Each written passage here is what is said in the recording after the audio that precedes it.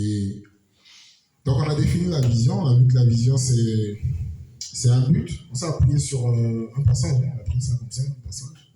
Dans Philippiens 3, le verset 14. On a vu que la vision, c'est un but ou un objectif à atteindre. La vision, c'est un projet. Ouais, donc une vision, c'est un projet. C'est une mission à accomplir. C'est un projet ou un plan ou un dessin, n'est-ce pas, à réaliser ou à exécuter. On a dit que la vision du Seigneur, pour nous, pour chaque individu, membre du corps de Christ, représente sa raison d'être. Oui. Voilà. Donc, quelqu'un qui n'a aucune vision avec le Seigneur ne saura pas pourquoi il est sur la terre, ne saura pas pourquoi il vit, pourquoi il a été créé. Donc, derrière la vision, il y a notre raison d'être. Et derrière notre raison d'être, il y a l'épanouissement, il y a le bonheur, il y a la joie, n'est-ce pas? Il y a toutes ces bonnes choses-là que le Seigneur a réservées pour chacun. On retrouve des chrétiens qui sont constamment tristes, constamment accablés, constamment bizarres, désagréables. On ne dirait pas qu'ils ont un consolateur qu'on appelle le Saint-Esprit. Problème de vision. On dit, quand on lit la Bible, les frères ont été combattus, massacrés, persécutés à cause du nom du Seigneur, mais ils étaient constamment joyeux. Alléluia. C'était des visionnaires. On a l'impression que les choses que le Seigneur nous donne, nous permet que nous puissions avoir, deviennent des pierres d'achoppement, qu'il faut que le Seigneur nous arrache tout pour que nous soyons libres, peut-être seulement avec lui. Mais en fait, c'est grave, c'est un problème de vision.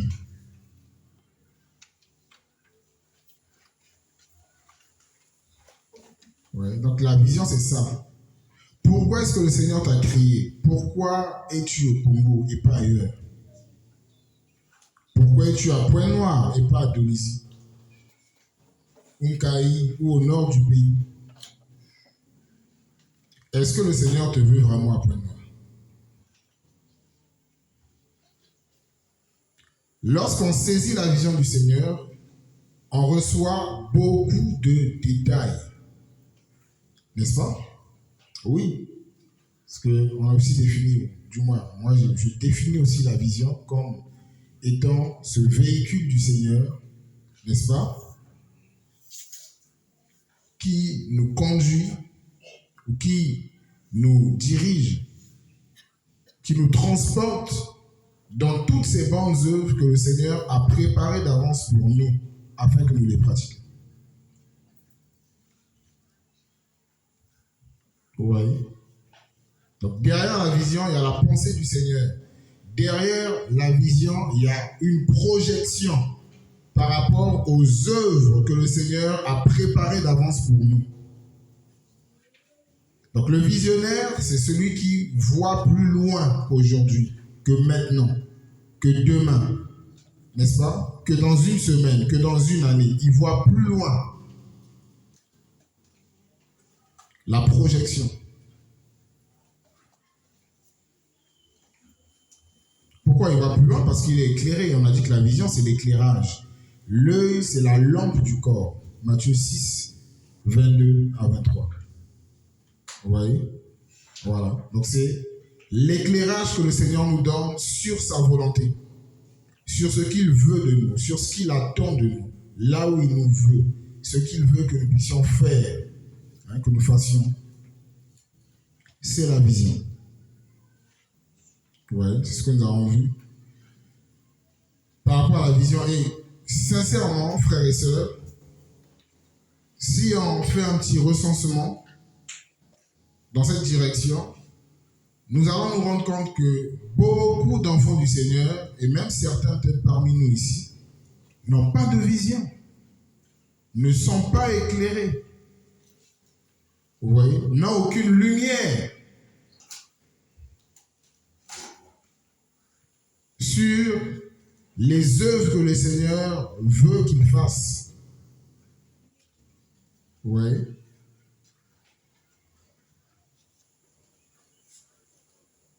Et c'est dangereux. Parce que quand on n'a pas de vision, ça veut dire qu'on est aveugle. Or, on est aveugle pour toutes sortes de dangers. Vous voyez? Mais quand il y a la lumière, quand on a l'éclairage, on sait comment marcher, où poser le pied. N'est-ce pas? Les choses à éviter. Parce qu'on a la lumière, on a la vision. Oui, on a la vision. Et c'est ça, mes frères. Et on a dit que la source de toute vision, c'est le Seigneur. Hein? Donc, c'est la vision du Seigneur, donc la source, c'est lui. On a pris Romains 11. Hein, c'est de lui, par lui et pour lui.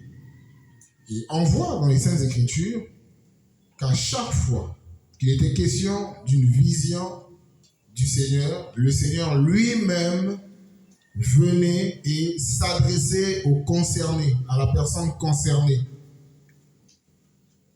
de différentes manières.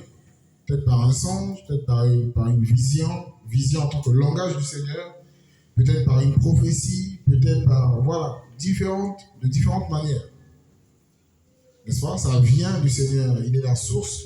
Et tout ce qui vient du Seigneur doit être conforme aux Saintes Écritures. Et on l'a vu dans le Proverbe, le chapitre 29 du livre des Proverbes, au verset 18.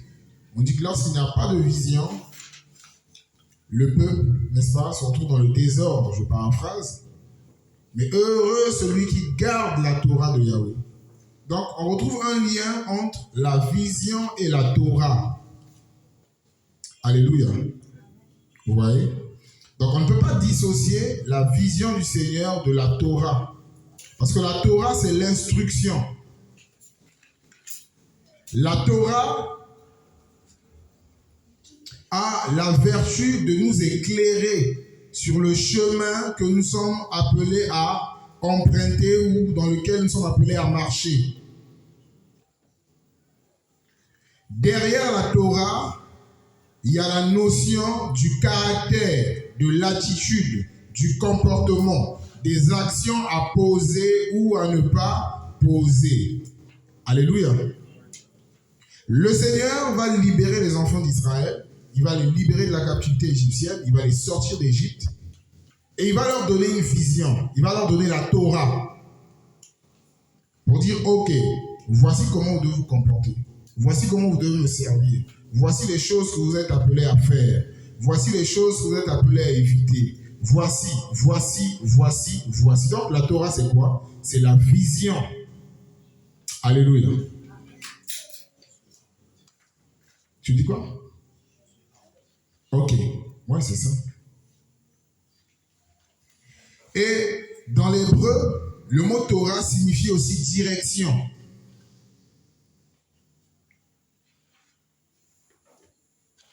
Donc, toute vision doit être conforme à la Torah, doit correspondre à la Torah du Seigneur.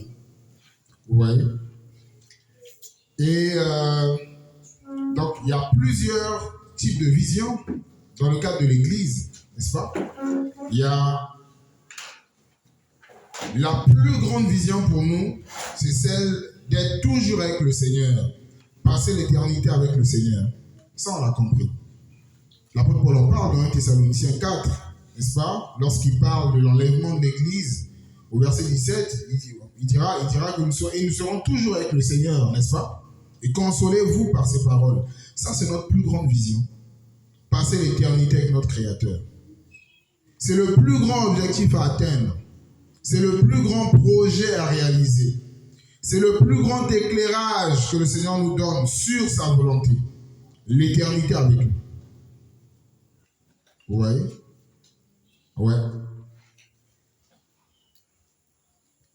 Et toujours dans ce processus, un second aspect, toujours lié à la vision que les enfants du Seigneur ont reçue, c'est le fait de ressembler à notre maître, travailler de sorte à ressembler à Yeshua.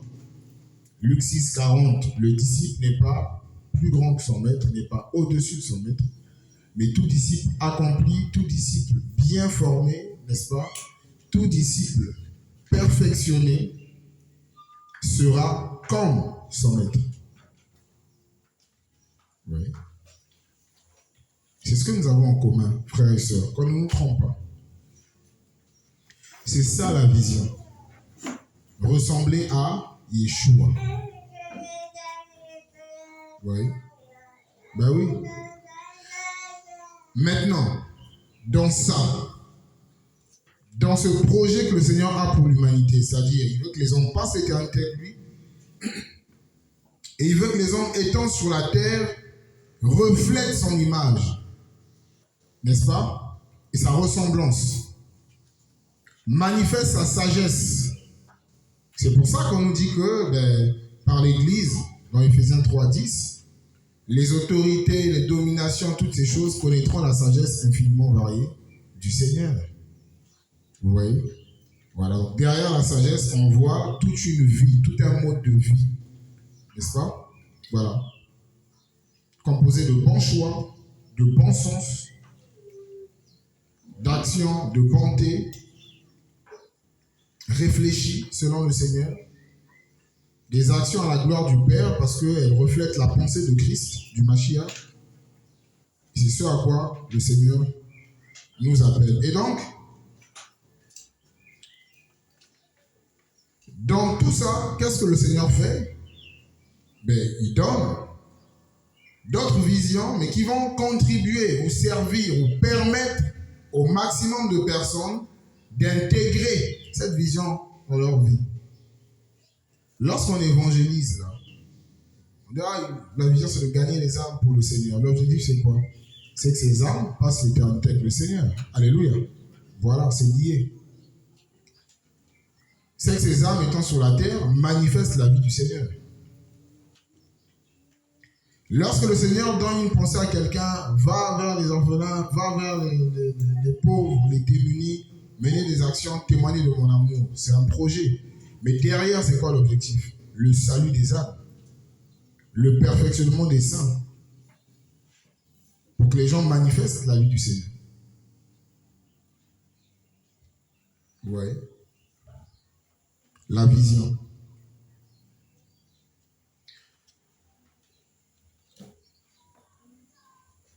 L'apôtre Paul disait que lui, sa vision, d'ailleurs la vision des apôtres, des prophètes, des pasteurs, des docteurs, n'est-ce pas, des évangélistes, c'est de contribuer au perfectionnement des saints. On est d'accord? Ils ont été établis avec une vision claire. C'est que les saints soient réparés au niveau de leur âme. Premièrement, par rapport aux dégâts causés par le péché.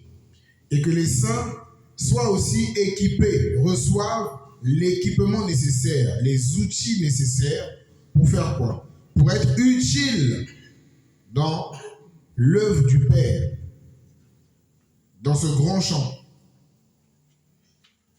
Vous voyez? Travailler à l'unité par rapport à la foi, les emmener à vivre la croissance. Donc ça, c'est une vision au niveau du corps, que tous ces services aussi ont reçu. Mais vous verrez que, comme je l'ai dit, cette vision aussi rentre dans le cadre du fait de manifester la vie du Seigneur et quoi d'autre? Passer l'éternité avec le Seigneur. Alléluia. Je vais beaucoup me répéter et je vais répéter ces choses-là parce que pour nous, cela est salutaire. Nous sommes dans une génération où beaucoup s'embrouillent. Beaucoup se disent que la vision, c'est être un grand homme du Seigneur, une grande femme du Seigneur. C'est avoir ces photos ici et là, qu'on me connaisse, qu'on me voie, qu'on me regarde, qu'on m'apprécie, qu'on sache que moi aussi j'ai le feu. Moi aussi, vous voyez? Plusieurs. Regardez la génération dans laquelle nous sommes, des prophètes. Et on ne voit plus le Seigneur, malheureusement. Vous voyez? Pour beaucoup, la vision, c'est ça. Et je vous assure, moi, je suis convaincu, à plus de 99%, donc je ne sais pas comment ça peut donner exactement, que lorsque cette formation était annoncée, plusieurs se sont dit, là, c'est la vision liée au ministère. Vous voyez ce que je veux dire? Quand on parle de la vision, là, c'est l'œuvre, le ministère. Vous voyez, l'œuvre du Seigneur. Oui, je suis d'accord. Mais pas l'œuvre du Seigneur d'abord auprès des autres. L'œuvre du Seigneur dans notre propre vie. Amen. Parce que l'œuvre du Seigneur, c'est nous d'abord. Nous sommes l'ouvrage du Seigneur. Nous sommes l'œuvre du Père, frères et sœurs.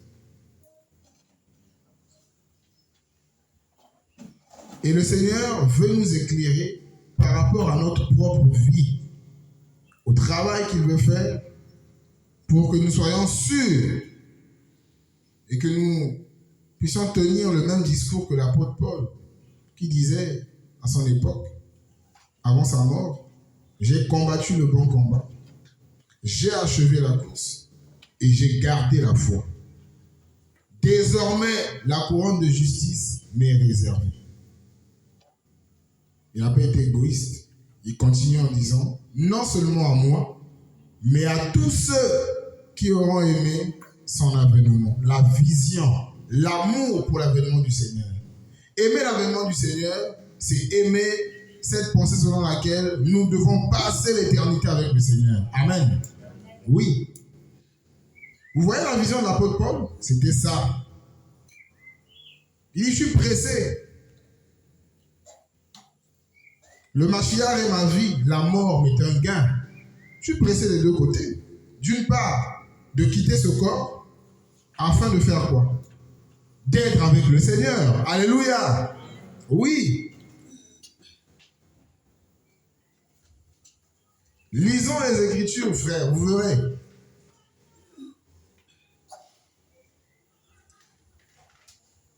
Le désir du cœur de l'apôtre Paul, qui est un modèle pour plusieurs, pour nous, qui est un modèle à son époque, jusqu'à aujourd'hui, c'était d'être avec le Seigneur. C'était son plus grand projet. Être avec le Seigneur. Passer l'éternité avec le Seigneur. Je vous dis la vérité. Quel est ton plus grand projet? Quel est mon plus grand projet?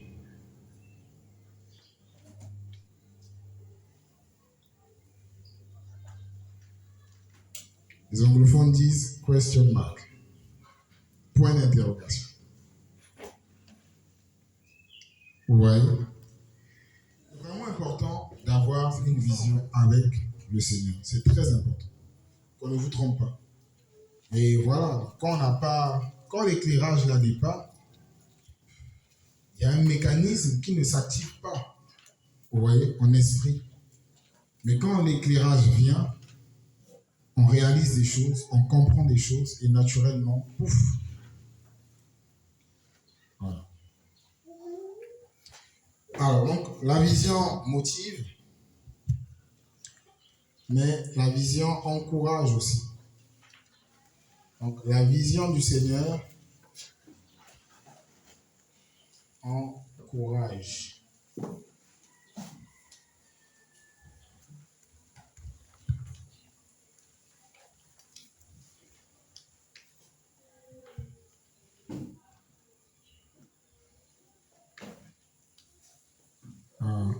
Ton mari est là? Ah ouais. Ok.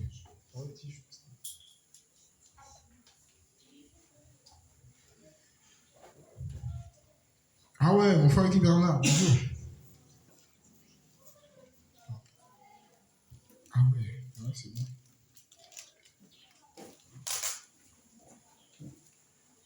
C'est terrible.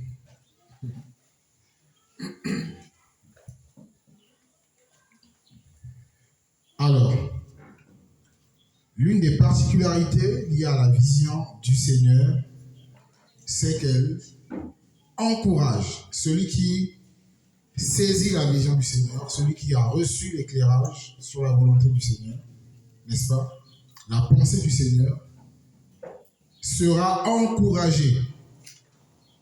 Je vais aller même plus loin, je vais pour dire, cette personne sera constamment encouragée. Mais la barre trop haute, hein? Mais en fait, c'est la vérité. Et je vais m'expliquer.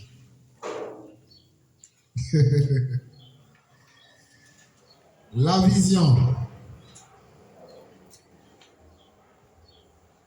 C'est difficile parce que nous faisons face à plusieurs choses. Hein? Beaucoup de difficultés, comme je dis, hein, des combats. C'est notre quotidien. On est constamment attaqué par l'ennemi, notre environnement. Surtout nous ici au Congo, c'est difficile. Les comportements, les agissements, c'est compliqué, les frères. C'est pas évident. L'agression verbale, là, c'est vraiment au rendez-vous. Oui, c'est pas évident. Les mauvaises nouvelles, c'est pas ce qui manque. Notre âme est constamment agressée par plusieurs choses. Et s'il n'y a pas de vision, ça ne sera pas évident, mes frères, je vous assure, d'aller de l'avant, d'être constamment encouragé. Non.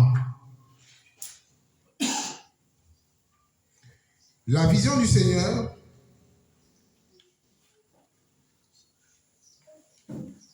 nous encourage dans la mesure où, face aux difficultés, face au combat, n'est-ce pas, face à l'adversité, on est rafraîchi, on est renouvelé dans notre marche, dans notre vie. N'est-ce pas? Lorsqu'on l'a saisi. Oui. Elle a la vertu de nous rafraîchir, de nous renouveler. C'est terrible. Lorsqu'on a les regards fixés sur la vision, quelles que soient les difficultés, quels que soient les combats, quelles que soient les situations, on peut être touché. Ça peut arriver. Mais lorsqu'on se ressaisit pour regarder à la vision, on est renouvelé. Oui. Avec la vision, le Seigneur nous renouvelle. Avec la vision, pourquoi? Parce que derrière l'encouragement, il y a le renouvellement. Exemple. Les apôtres sont persécutés à cause de l'évangile. Là, on est dans Acte 5. Frappés. C'était pas évident, hein? Mais juste après, on dit les gars étaient joyeux d'avoir fait quoi? Participer aux souffrances du Seigneur. La vision. Hein? Acte chapitre 5. On se dit, mais que s'est-il passé? Mais en réalité, les frères, lorsqu'on a une vision, prenons l'exemple des arts, du sport, la course. Un athlète qui a un objectif à atteindre peut au bout d'un moment se faire très mal, n'est-ce pas? Mais parce qu'il a en vue la récompense, il peut poursuivre la course comme s'il n'avait pas mal. Alléluia. Continue à courir comme s'il n'avait pas mal.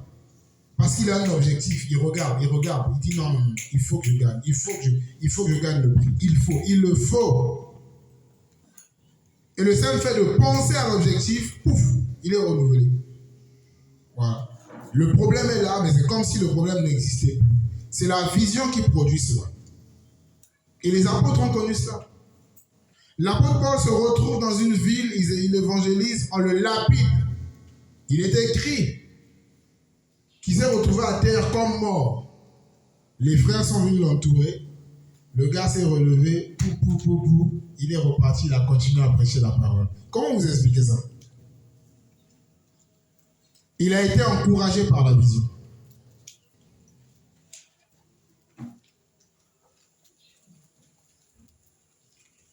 Oui. Comment on peut dire aux frères qui sont persécutés, aux Thessaloniciens, persécutés à cause de leur foi? L'apôtre Paul leur dit, soyez toujours joyeux. Vous imaginez? Soyez toujours joyeux. On te frappe. Tu vois comment certains frères dans la foi meurent, sont tués par des païens. On dit, soyez toujours joyeux. En fait, cette joie-là découle de l'encouragement produit par la vision. Quand tu es déterminé pour aller au ciel, je vous assure, mes frères, la joie du Seigneur sera constamment ton partage. Alléluia.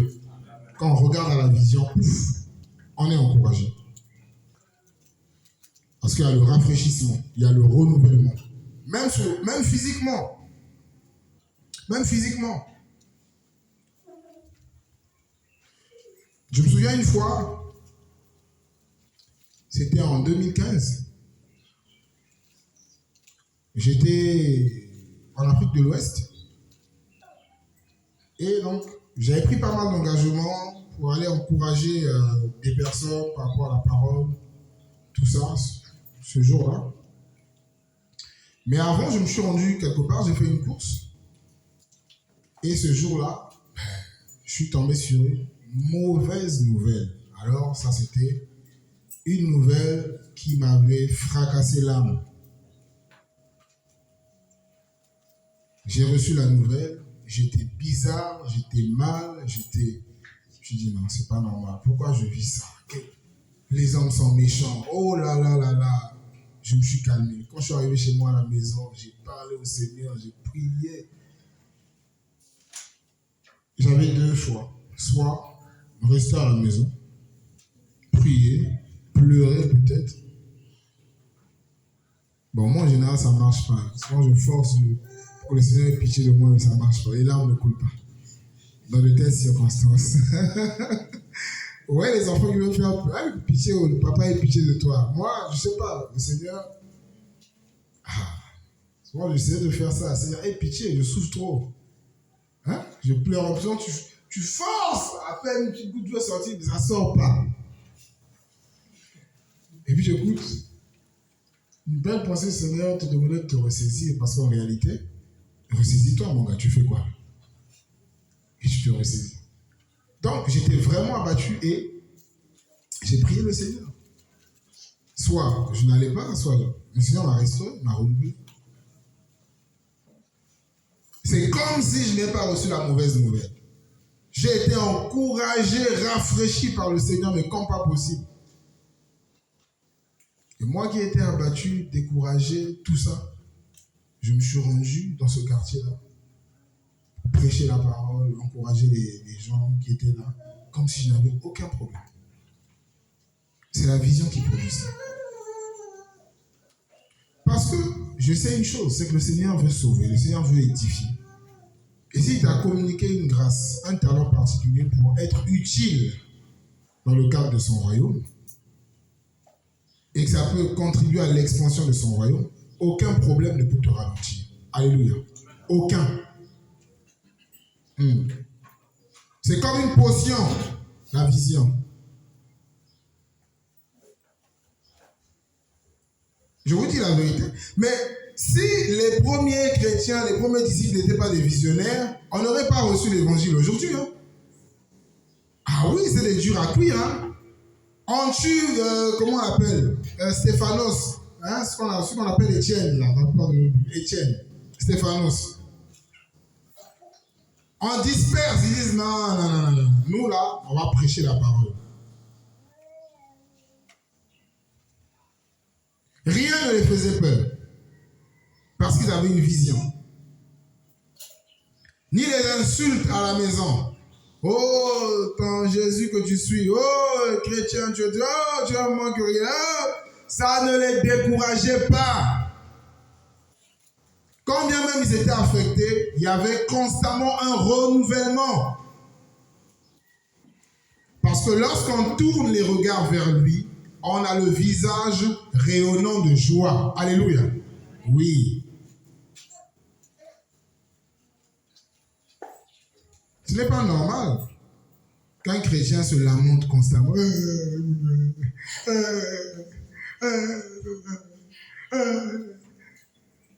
Frère, il y a des consolations qu'il ne faut pas accorder. Hein. Nous, les frères qui ont le cœur de pasteur, on est pressés. Oh, que le Seigneur t'encourage. Laisse la personne aussi un peu. Piquez. Quand elle finit de pleurer, essuie les larmes, là, on entend que la situation ne change pas. Blinder le moral, ok, on avance.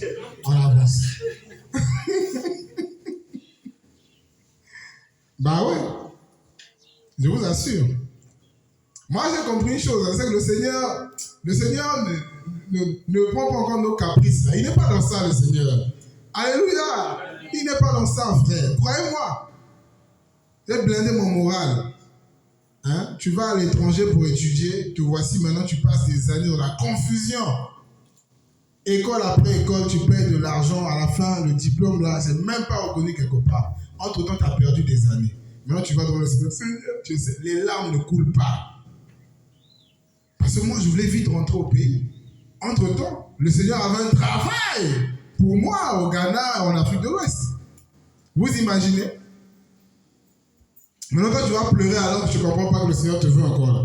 Si tu finis vite, tu rentres là, c'est compliqué. Alléluia! Aucune larme.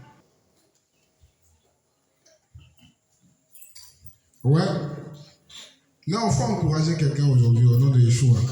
Alléluia. Que ta mentalité change. Je t'assure, mon frère, ma soeur. Bah, pas si. Hein. Bah ouais, nous sommes tous dans ça. Hein. Vrai, bah, pas si.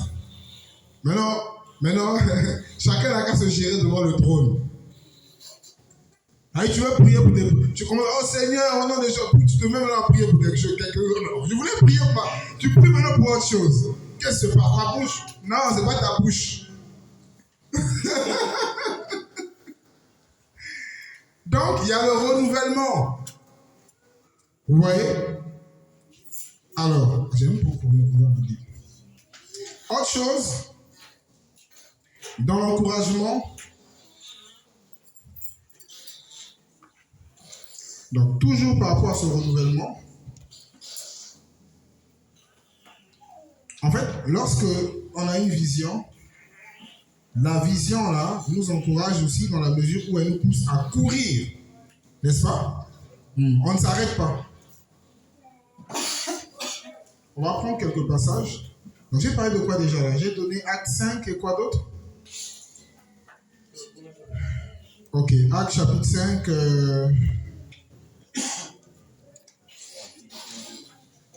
Philippiens 2 aussi, hein?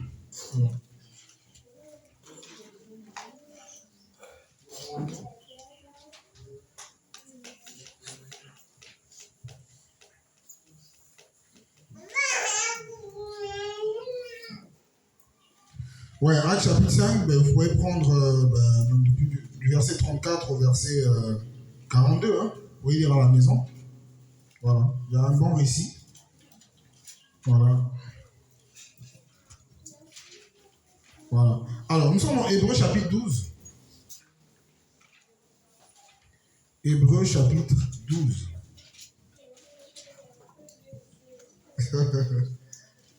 Le Seigneur, bienvenue dans la famille des enfants du Seigneur. Il nous éduque, hein?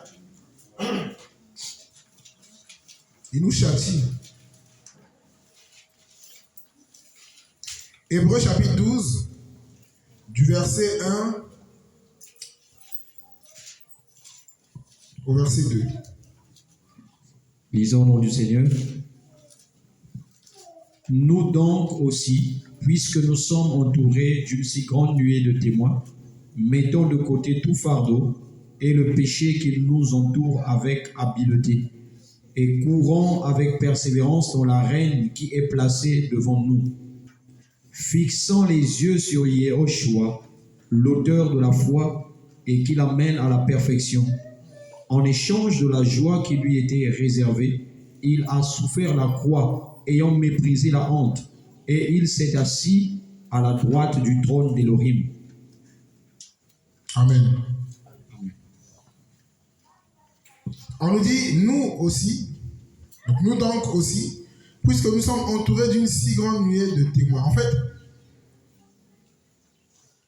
la vie par la foi n'est rien d'autre que le produit d'une vision dans la vie de la personne. Ouais, parce que, on l'a vu, hein, avoir la vision, c'est la pensée du Seigneur pour nous, n'est-ce pas? Donc, marcher selon la pensée du Seigneur pour nous, c'est marcher par la foi. Et donc, dans Hébreux 11, on nous parle de plusieurs visionnaires. Abel, Noé, n'est-ce pas? Enoch, Abraham. C'était des hommes de vision. N'est-ce pas? On dit qu'Abraham allait, il ne savait pas exactement où il allait, mais il savait qu'il y avait une autre cité céleste. Vous voyez? Et ces témoins-là, en fait, sont des visionnaires. Et l'encouragement ici, c'est de faire quoi? Mettre tout fardeau de côté, mettre le péché de côté, et courir. Comment?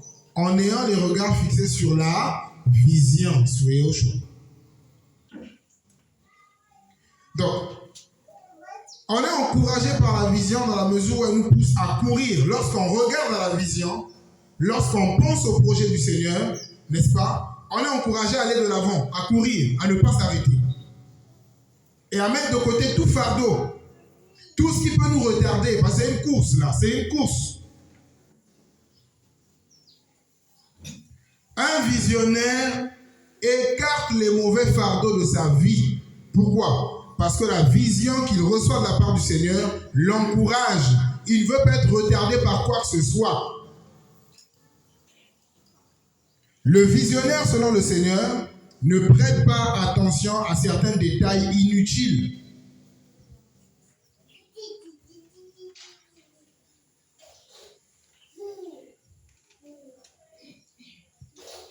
On a dit ceci, on a dit cela. Il s'agit de par rapport. En fait, c'est ça. Je suis encouragé par la vie. Je dis non, je n'ai pas de temps à perdre. Il y a des âmes à sauver. Moi-même, là, je dois ressembler à Yeshua. Donc, si je dois traîner, non, je ne traîne pas dessus.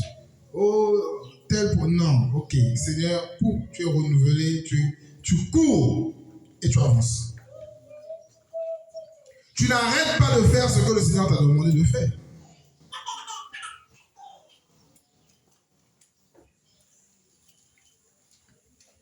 Et on a plusieurs témoins. Noé. Voilà la génération de Noé. On dit construit l'arche. C'était un prédicateur de la justice. Il a parlé aux gens, il a dit, mon gars, construis ton arche. Non, on n'est pas dans ton affaire. Ça peut être décourageant. Hein? Qui a déjà été découragé parce qu'il a parlé aux gens et les gens n'écoutent pas? Moi, j'ai déjà été découragé. Ben oui, il dit, Seigneur, tu me demandes de parler, il n'y a pas de résultat. Je laisse pour moi aussi seulement. Comme disent les enfants. Je laisse pour moi aussi. Je laisse pour moi aussi. Ouais. Mais quand on a la vision, comme ce fut le cas de Noé, on dit non, on ne lâche pas l'affaire. On est encouragé. Je sais une chose, c'est que le Seigneur n'est pas un homme pour mentir.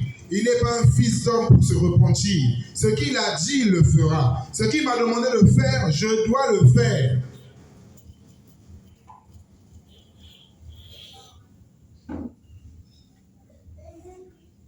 Et on court. L'apôtre Paul courait, il dit j'ai achevé la course. Et j'ai gardé la foi. Malgré il dit j'ai combattu le bon combat. Hein. Dans le combat là, il faut lutter avec les fardeaux. On te jette un fardeau, Katukuna. On te jette un autre truc, par là-bas. Et tu continues à courir. Mais c'est une course, en même temps, donc tu combats, tu cours. Vous voyez ça? Le péché est venu à toi, laisse-moi, tu cours. Parce que la vision t'encourage. Quand tu regardes à l'objectif, tu dis, rien à faire. Il faut que j'atteigne cet objectif. Il le faut. Il le faut. Oui. Parce qu'il y a une joie derrière. Regarde ce que l'auteur dit là. C'est faux. Mettons de côté tout fardeau et le péché qui nous entoure avec habileté. Et courons avec persévérance dans l'arène qui est placée devant nous, fixant les yeux sur Yahushua. Voilà. Derrière Yahushua, il y a la pensée de Yahushua pour nous. Il y a la volonté de Yahushua pour nous. Quand on dit fixons les yeux sur Yahushua, c'est fixons les yeux sur la volonté de Yahushua pour nous. Sur le projet de Yahushua pour nous. Vous voyez? C'est ça. Et quand on a les regards fixés comme ça, là, pouf, on est constamment encouragé. Constamment. Tu es touché, automatiquement renouvelé, tu avances. Vous allez le faire comme ça. On a l'impression que les gars n'ont pas de problème. Ça perce, ça avance. Ça avance. Sans arrêt. C'est la vision qui produit cela. Vous voyez? C'est la vision qui produit cela. Alors, comme je disais, l'encouragement là nous pousse aussi à ne pas prêter attention à certains détails. Vous voyez? Voilà, ne pas ressasser les choses du passé.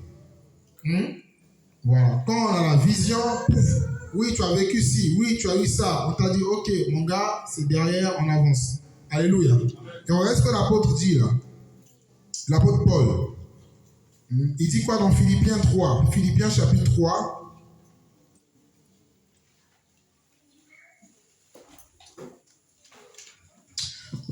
On va prendre la partie du verset 12. Philippiens chapitre 3, à partir du verset 12. Jusqu'au verset 14 même. Non que j'ai déjà reçu cela ou que je sois déjà rendu parfait, mais je cours pour le saisir.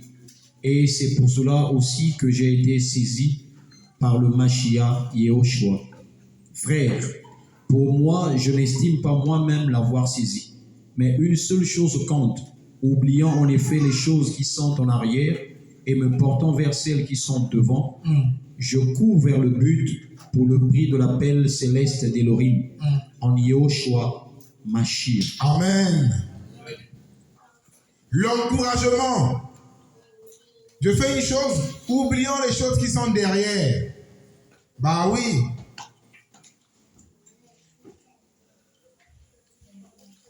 L'encouragement, là, ça nous pousse à faire ça. Ah, j'aurais dû faire ci. Ok, vous savez, vivre dans le passé, c'est compliqué. Un visionnaire ne vit pas dans le passé. Le visionnaire se projette et regarde à son présent, n'est-ce pas, pour savoir quelles sont les actions que je dois poser maintenant pour réaliser le projet. Le passé peut servir pour tirer des leçons. On est d'accord? Mais le visionnaire regarde au futur. Il se projette. Le passé n'est pas important. Ce qui est important, c'est aujourd'hui et demain. Alléluia. L'encouragement de la vision nous pousse à négliger certains détails du passé.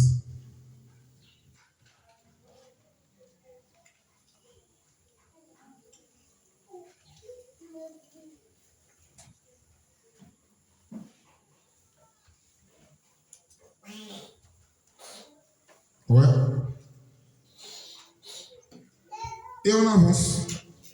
Parce que la vision du Seigneur nous encourage. Tu as fait des erreurs dans le passé, c'est le passé. Aujourd'hui, qu'est-ce que tu fais? C'est le plus important. Ah non, j'aime le Seigneur. Tu aimes le Seigneur? Ok. Garde cet amour pour le Seigneur. Qu'est-ce que le Seigneur projette pour toi? Oh, il m'aime. Il veut passer l'éternité avec moi. Ok, c'est très bien. Travaille à cela. Avance. Ah, le Seigneur veut que je fasse ci pour lui. Avance. Laisse le passé derrière. Dis à ton voisin, laisse le passé derrière.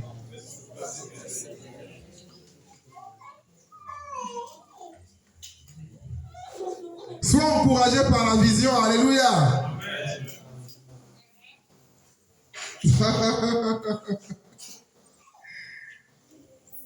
Bah oui.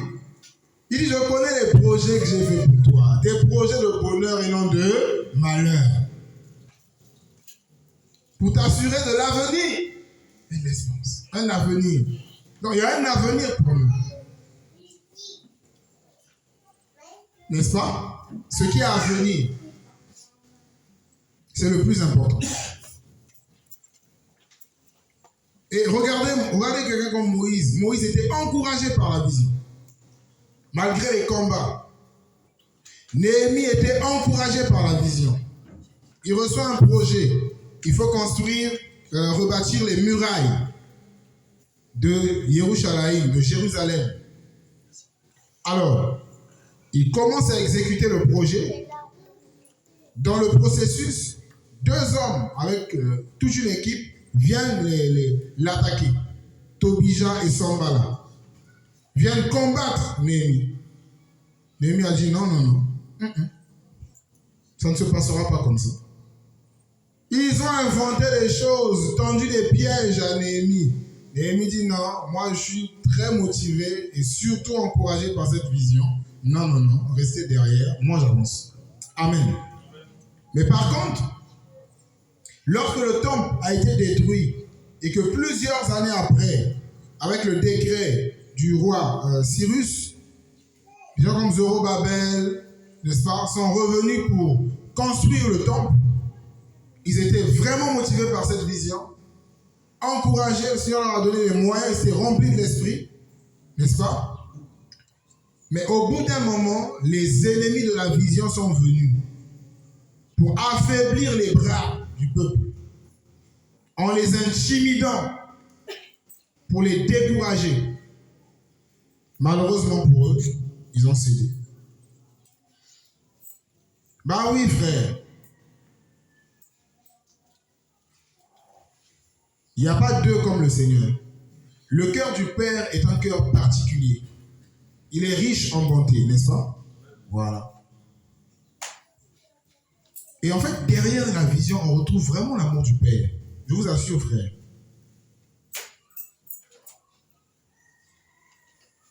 Néhémie était encouragé par la vision. Il dit non, je ne lâcherai rien. Malgré vos critiques là.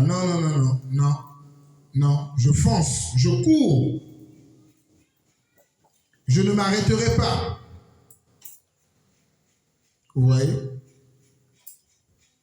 Je ne m'arrêterai pas. Et c'est ça, la vision.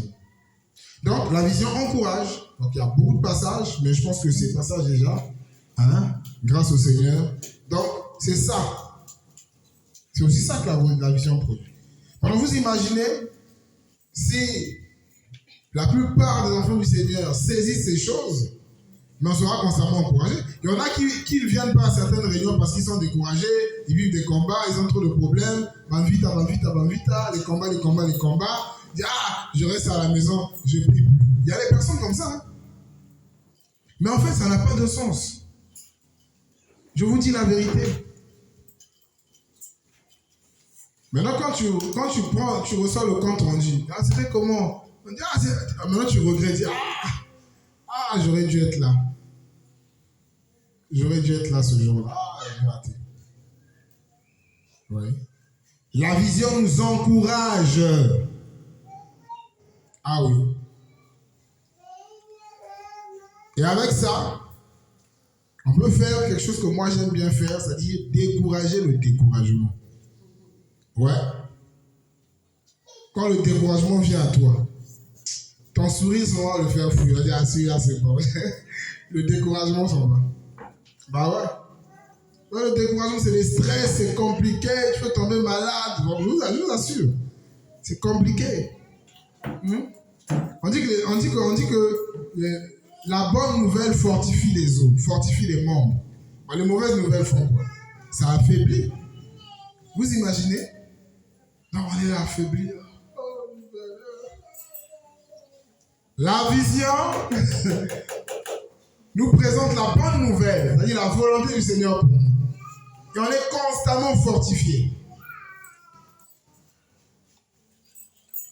Vous croyez en ça ou pas? Bah oui. Exemple.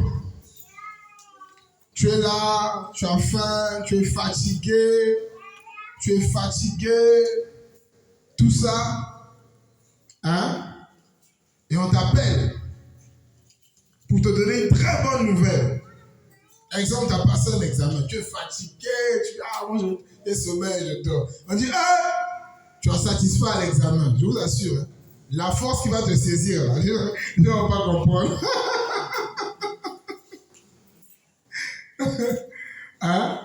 Ouais.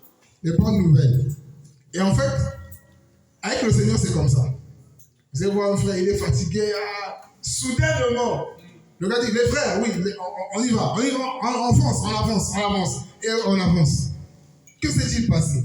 La vision. Ouais. Alors, autre chose que la vision fait, c'est que, donc la vision du Seigneur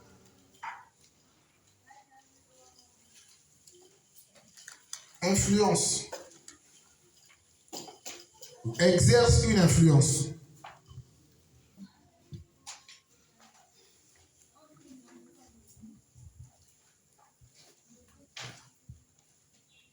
Donc frères, ne cherchons pas trop loin. Les frères, ils se sont constamment découragés. Il faut creuser un peu le problème de vision.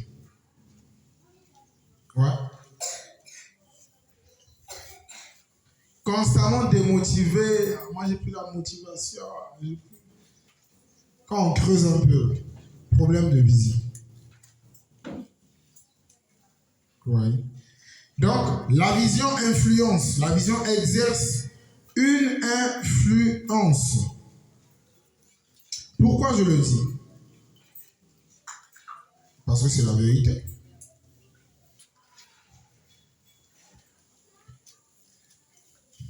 La vision nous influence, premièrement, dans la mesure où, avec la vision, le Seigneur nous pousse à faire des choses que nous n'aimons pas forcément, donc que nous pouvons aimer, comme ne pas aimer.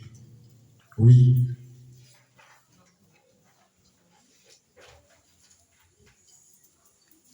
Le Seigneur nous pousse à faire des choses que nous n'aimons pas forcément. Exemple. Nous sommes dans Actes le chapitre 10. Le Seigneur va visiter un juif qu'on appelait Pétros. En tant que bon juif, lui là, il avait des interdits par rapport à son alimentation. Il ne pouvait pas manger des animaux impurs. Donc il y avait toute une sélection, n'est-ce pas, par rapport à l'alimentation juive. Et le Seigneur lui parle et lui demande, dans une vision, de tuer ces bêtes et de les manger. Il va dire, Seigneur, non. Jamais quelque chose d'impur n'est rentré dans ma bouche. Le Seigneur va lui dire, prends et mange. N'est-ce pas? Nous sommes dans Actes chapitre 10 à partir du verset 9.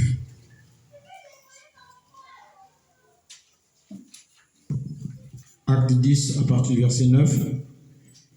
Et le lendemain, comme il marchait et qu'il approchait de la ville, Pétros monta sur le toit vers la 6e heure pour prier. Mais il eut faim et voulut prendre de la nourriture.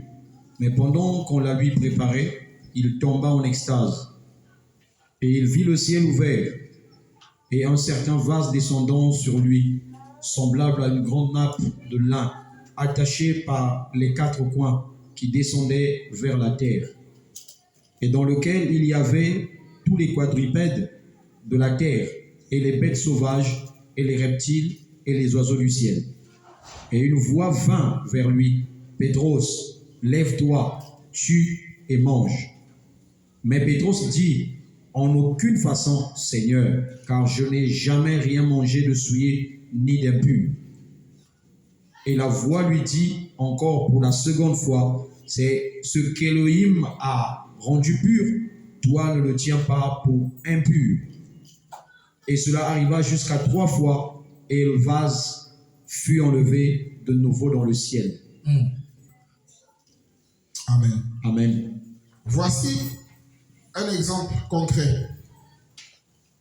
En fait, derrière, on sait que c'était vraiment un message plein d'allégories pour dire en fait à Pierre, mon gars, tu iras prêcher l'évangile chez les païens, aux païens. Ils ne voulaient pas, les gars, les juifs là, ils n'étaient pas prêts à aller vers les païens pour prêcher l'évangile. Vous voyez? Mais le Seigneur va lui donner un projet. Va chez Corneille, va prêcher ma parole chez Corneille. Parce que la vision venait du Seigneur, cette vision a exercé une influence dans la vie de Pierre. Lui qui n'était pas prêt, lui qui ne voulait pas aller prêcher l'évangile aux païens, il a été contraint de le faire.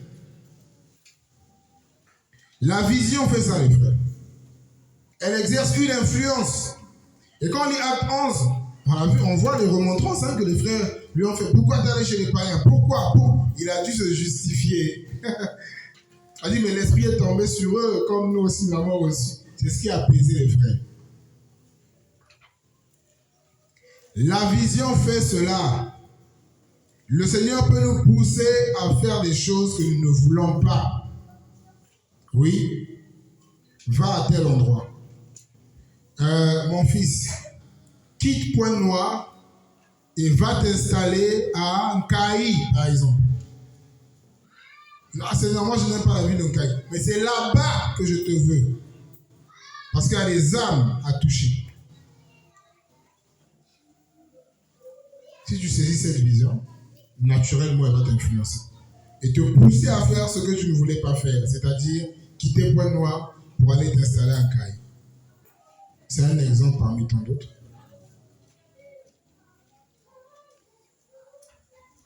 C'est ce que la vision du Seigneur fait. Jonas, va à Ninive, prêche ma parole. Il n'était pas prêt, il était raciste. C'était ses ennemis. C'est grave. Voici maintenant un bon sudiste blessé par les réalités du pays. Le Seigneur dit, toi, ton champ missionnaire, c'est le nord du pays. Tu as été blessé par les gars du nord, blessé comme correctement.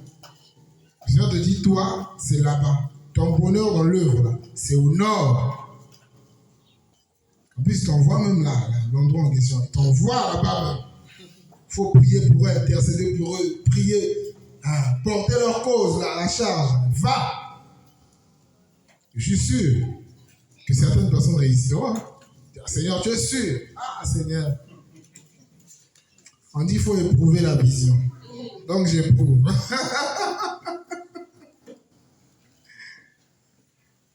Ouais. La vision du Seigneur. Donc, elle exerce une influence derrière en ce sens-là. Vous savez, à une époque où les Juifs étaient constamment en conflit avec les Philistins, donc après la mort de Josué, tout ce monde-là, Caleb, ça va susciter des juges. Vous voyez? Et il va y avoir plusieurs juges. Et les Philistins, c'était vraiment les ennemis des Juifs. Et ils dominaient sur les Juifs. Tous ces peuples-là. Et le Seigneur va susciter un juge du nom de Samson. Très fort. Et le Seigneur voulait corriger les Philistins. Qu'est-ce qu'il va faire? Il va donner une vision à Samson. Il va lui dire, va prendre une femme chez les Philistins. Alors Samson va en parler à ses parents. Il dit, ah, moi j'ai à cœur d'aller prendre une femme chez les Philistins. Les parents vont s'opposer, disent, oh mon gars, les gars là, tu veux nous créer des problèmes ici ou quoi? Ça c'est la guerre que tu veux déclarer. Toi tu es juif, tu vas prendre une femme chez les Philistins. Tu veux qu'on nous tue? La vision. Mais Samson était tellement influencé par cette vision qu'il a obéi au Seigneur et il a pris une femme chez les Philistins et pouf, la gloire du Seigneur s'est éclatée. Le Seigneur a commencé à se glorifier et la crainte est revenue par rapport à la nation juive. Vous voyez? Bah oui. L'influence de la vision. On va terminer par ce point pour aujourd'hui. Donc on est poussé à faire des choses contraignantes, vous voyez, qu'on n'aime pas forcément. Bien sûr, non, pas forcément, donc ça peut être le cas, comme ne peut être le cas. C'est ça, hein? Voilà, donc le Seigneur peut nous pousser aussi à faire des choses qu'on aime bien,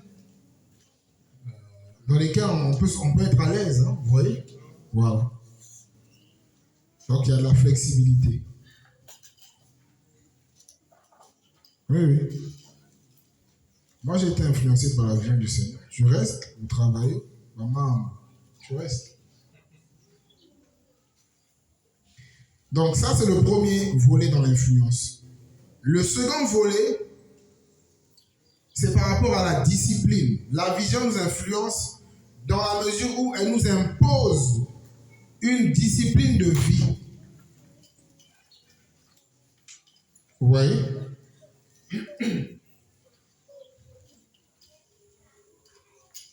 Un visionnaire est discipliné. N'est-ce pas? Oui. Parce que la vision vient comme un frein. La vision évite le désordre. La vision ramène l'ordre. Vous voyez?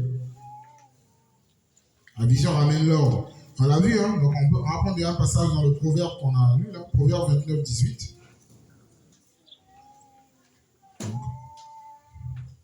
Proverbes chapitre 29, le verset 18.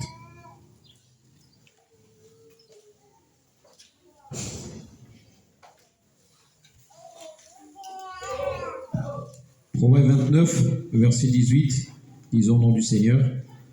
Quand il n'y a pas de vision, le peuple s'abandonne au désordre. Voilà. Mais heureux celui qui garde la Torah.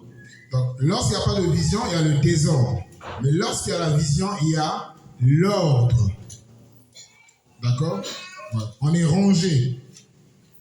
Donc, la vision nous éduque. Avec la vision, il y a l'éducation, il y a la discipline. Vous voyez? Donc, un visionnaire, c'est un chrétien ordonné par rapport à sa vie. Discipliné. Et l'apôtre Paul en parle aussi dans 1 Corinthiens 9, qu'on va prendre. 1 Corinthiens chapitre 9.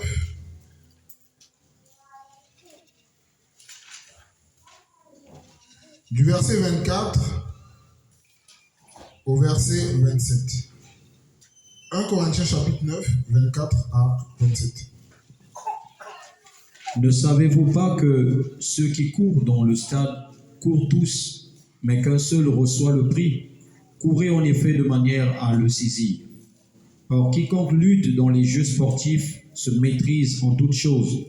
Cela donc afin de recevoir en effet une couronne corruptible, mais nous une incorruptible. C'est ainsi que je cours, non pas d'une façon incertaine.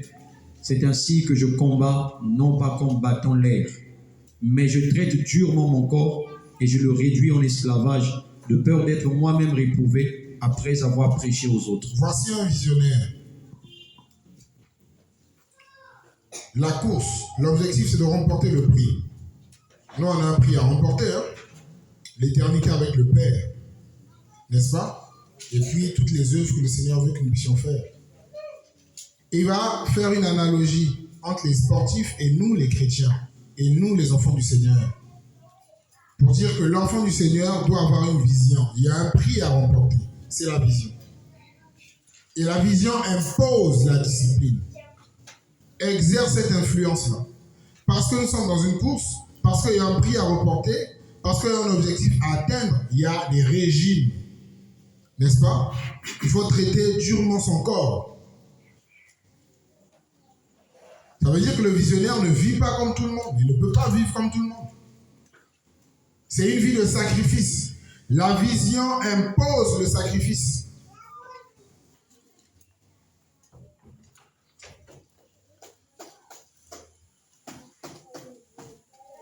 Vous voyez? Donc il y a le sacrifice.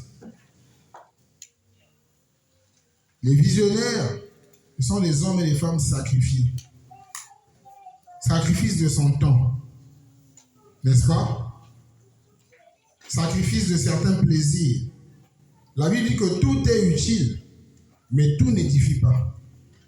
Tout est permis plutôt, mais tout n'édifie pas. Tout est permis, mais tout n'est pas utile. Autant pour moi. C'est dans cette logique-là que le visionnaire marche. Oui, je peux me permettre de faire ci. C'est pas un péché, mais pour moi, connaissant, je m'impose une discipline. Parce que c'est pas utile pour moi. Oui, il m'est permis de faire ci, c'est pas un péché, c'est vrai. Mais par rapport à moi, je m'impose une discipline parce qu'en réalité, ça ne va pas m'édifier. Alléluia. Voilà. Et les élèves nous enseignent énormément. Les élèves modèles. Vous allez voir un enfant qui prépare le bac, lui, il a une vision. Je vais devenir comme ça dans ma vie. Et ils se disciplinent. Ils sont ordonnés. Ils s'organisent. Pourquoi? Parce qu'il veut avoir l'examen. Il sait qu'à telle heure, je dois arrêter de jouer au foot, je cours, je vais lire. Après telle heure, voici, je dors à telle heure, je me réveille à telle heure, parce que je dois réviser, je dois lire, tout ça. Il y a une discipline. Et c'est la même chose dans le Seigneur. Quand on a une vision, on est discipliné.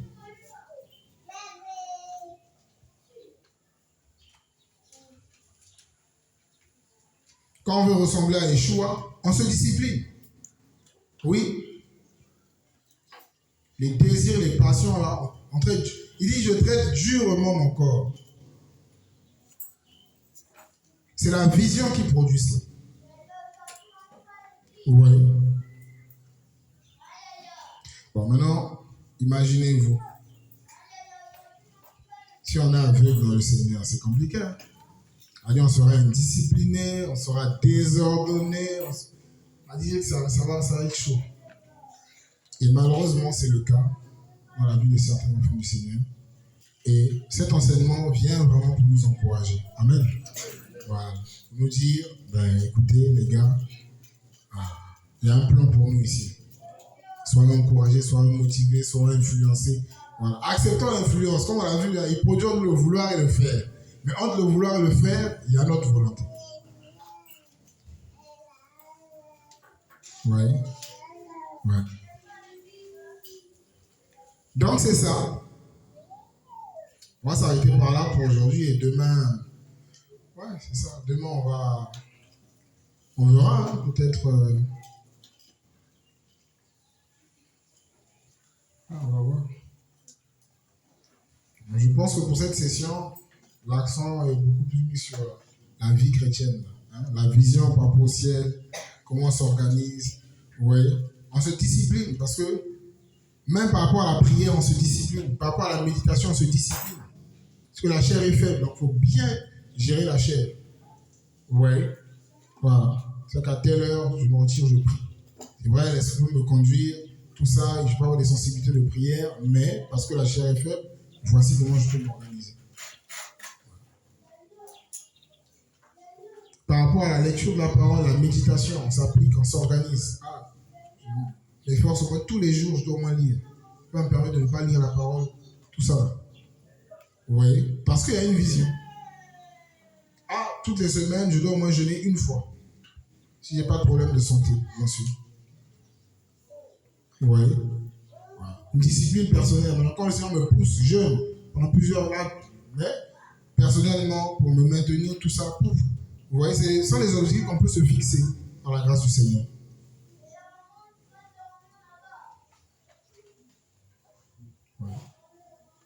Voilà, donc, c'est en cela que la vision du Seigneur nous démarque dans notre génération.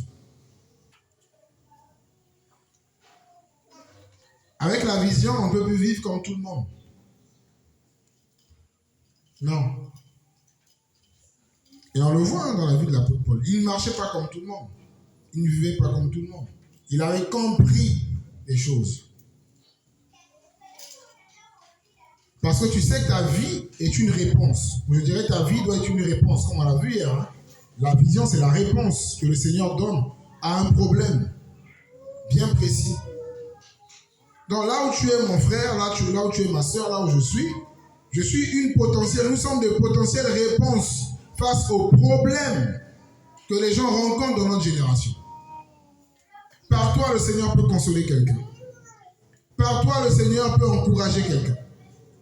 Par toi, le Seigneur peut guérir quelqu'un. Par toi, le Seigneur peut donner de l'espoir à quelqu'un. Alléluia. Par ta vie, un jeune peut se repentir et décider de suivre Yeshua. Par toi, quelqu'un peut décider de ne plus se corrompre au boulot à cause de ton témoignage. Par ta vie, quelqu'un peut décider de se marier et ne plus vivre dans le concubinage. Donc nous sommes des réponses. Par toi, le Seigneur peut nourrir des pauvres et redonner du sourire à toute une famille.